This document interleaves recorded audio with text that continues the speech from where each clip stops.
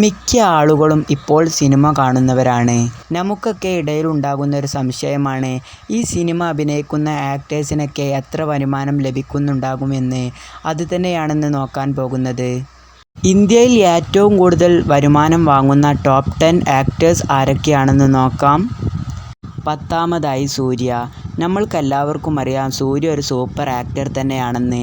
സൂര്യക്ക് ഒരു സിനിമയിൽ നിന്ന് 1 കോടി മുതൽ 40 കോടി വരെയാണ് ലഭിക്കുന്നത്. 9-ാമതായി അല്ലു അർജുൻ. അല്ലു അർജുൻക്ക് ഡാൻസിലും നല്ല സ്കില്ലുള്ള ആളാണ്.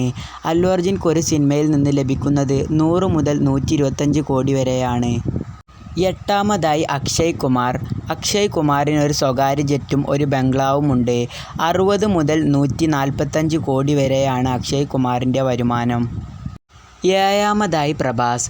ബാഹുബലി എന്ന സിനിമയിലൂടെ ഇന്ത്യയിലുടനീളം ഒരു തരംഗമാവുകയായിരുന്നു പ്രഭാസ്.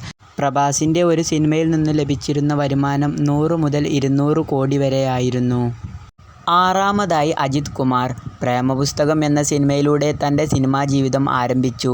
105 മുതൽ 165 കോടി വരെയാണ് ഒരു സിനിമയുടെ വരുമാനം. 5-ാമതായി സൽമാൻ ഖാൻ. സ്വന്തമായി ഒരു ഫാം ഹൗസും ഒരു കാർ കളക്ഷനുമുണ്ട്. 100 മുതൽ 150 കോടി വരെയാണ് ഒരു സിനിമയിൽ നിന്നുള്ള വരുമാനം. 4-ാമതായി അമീർ ഖാൻ. സ്വന്തമായി ഒരു പ്രൈവറ്റ് ജെറ്റും കുറേ കാർ കളക്ഷനുമുണ്ട്. 100 മുതൽ 275 കോടി വരെയാണ് ഒരു സിനിമയിൽ നിന്നുള്ള വരുമാനം. 3-ാമതായി വിജയ്. ഗില്ലി എന്ന സിനിമയിലൂടെ സൂപ്പർ സ്റ്റാർ ആവുകയായിരുന്നു വിജയ്.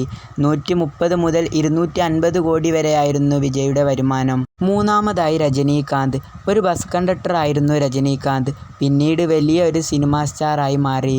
115 മുതൽ 275 കോടി വരെ ലഭിക്കുന്നു. 2-ാമതായി രാം ചരൺ. ഒരു സിനിമയിൽ നിന്ന് 1 കോടി മുതൽ 50 കോടി വരെ ലഭിക്കും.